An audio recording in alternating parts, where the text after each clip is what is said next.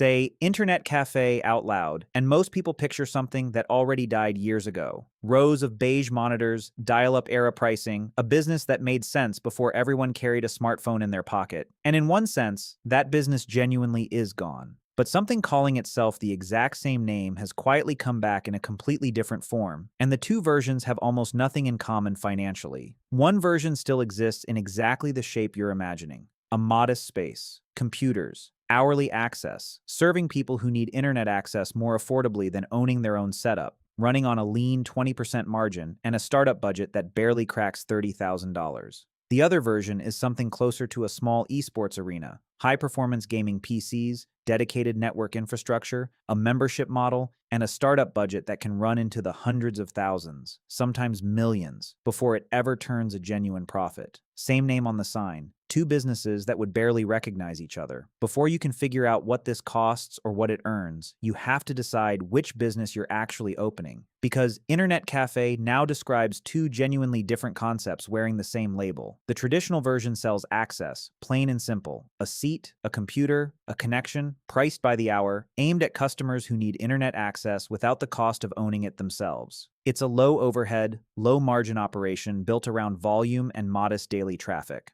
The modern version, increasingly branded as a gaming cafe or gaming lounge, sells an experience most customers can't replicate at home. Top-tier gaming hardware, ultra-low latency network infrastructure, a membership structure, and a community built around competitive gaming and events. It's a capital-intensive operation built around subscription revenue and a much longer runway to profitability, closer in spirit to opening a small entertainment venue than a computer rental shop. The gap between these two versions starts right here, before a single customer walks in, and it's enormous. A traditional internet cafe can be assembled for somewhere between $13,000 and $28,000. Space rental, a modest bank of computers, basic networking, genuinely one of the more accessible entry points in this entire series. A modern gaming cafe operates on an entirely different scale. A properly built location, real leasehold improvements, gaming-grade PCs, professional networking equipment, furniture, a point-of-sale system, and working capital commonly requires around $286,000 just to open the doors. Push toward a fully ambitious build, high-end PC stacks, a dedicated network backbone,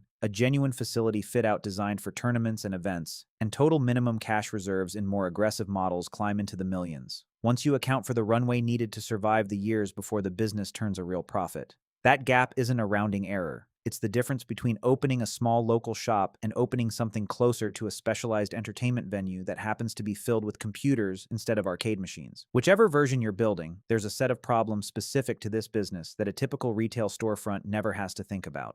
Your equipment ages out faster than almost anything else you could stock a store with. Computers, especially high-performance gaming rigs, depreciate and become technically outdated on a real predictable cycle, meaning the hardware that drew customers in on opening day is quietly becoming a competitive disadvantage within a few years, whether or not you've priced that replacement cost into your original budget. Network quality isn't a nice-to-have, it's the entire product for the gaming version of this business. A dedicated high-speed backbone lease commonly runs several $1,000s a month on its own, and any noticeable lag or downtime doesn't just annoy customers, it directly undermines the specific reason a member is paying you instead of playing at home. The runway to profitability for the gaming model is genuinely long, longer than most first-time owners expect. Detailed financial models for this format commonly show a meaningfully negative bottom line in year one, sometimes close to $200,000 in the red on a business doing over $500,000 in revenue, with real break-even not arriving until year 3. The traditional low-cost version faces a shrinking customer base in a lot of markets. As smartphone and home broadband access keeps expanding, especially in wealthier markets, the core customer this format was built to serve, someone without reliable internet access of their own, is a smaller and smaller group in a growing number of locations, even while it remains genuinely viable in underserved areas and developing markets. Assume the doors are open and the machines are running.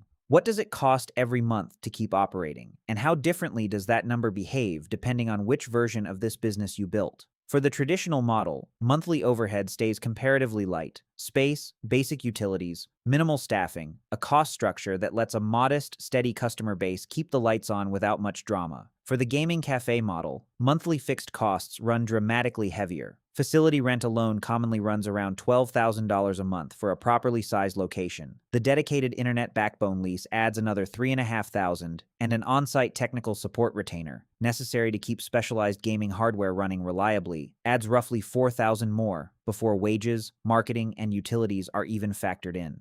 And this is exactly why the runway question matters so much for the modern version. Those costs run every single month starting on day one, regardless of how quickly membership actually builds, which is precisely why the businesses that survive this format are the ones that budgeted real reserves for years of fixed costs, not months. Here's the part of this business that catches a lot of ambitious first-time owners off guard, especially anyone building the gaming cafe version drawn in by the bigger revenue ceiling. A gaming cafe's entire financial story hinges on one thing: converting one-time visitors into recurring paying members, because the fixed costs, rent, the backbone lease, technical support, run identically whether the space is packed every night or sitting half empty. A gaming cafe relying primarily on walk-in, pay-by-the-hour traffic is trying to cover a genuinely enterprise-sized cost structure with genuinely small business-sized, unpredictable revenue. The operators actually reaching profitability in this format are the ones treating membership subscriptions as the true core product from day one, with hourly access, coaching clinics, and hosted events layered on as supplementary revenue rather than the main engine. One detailed financial model for this format shows owner earnings climbing from essentially nothing in the first 2 years to close to $600,000 in annual EBITDA by year 5,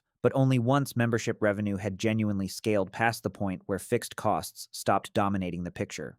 Picture two owners, both opening something they'll call an internet cafe, in two different but comparably sized markets. First owner opens the traditional version for $20,000, priced around $10 an hour, in a location genuinely underserved by affordable home internet access.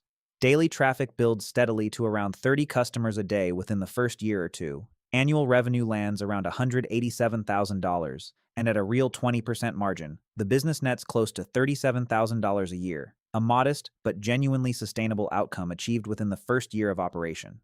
Second commits to the full gaming cafe build, roughly $286,000 to open, betting on a membership-driven model in a market with a real gaming and remote work community. Year 1 revenue reaches $577,000, genuinely larger than owner one's business will ever be. But heavy fixed costs, rent, the backbone lease, technical support, and marketing needed to build the membership base put the business roughly $192,000 in the red for that same year. Break-even doesn't arrive until year 3, and real meaningful profit doesn't show up until year 4 or 5. Same broad industry name. Two entirely different risk profiles, two entirely different timelines, and two entirely different definitions of what success even looks like in year 1. An internet cafe today isn't one business. It's two businesses that happen to share a name from a different decade. One is a lean, accessible, modest margin operation serving a real, if shrinking in some markets, need for affordable access. The other is a capital-intensive membership business betting that community and hardware quality can justify a multi-year runway most small business owners would never accept.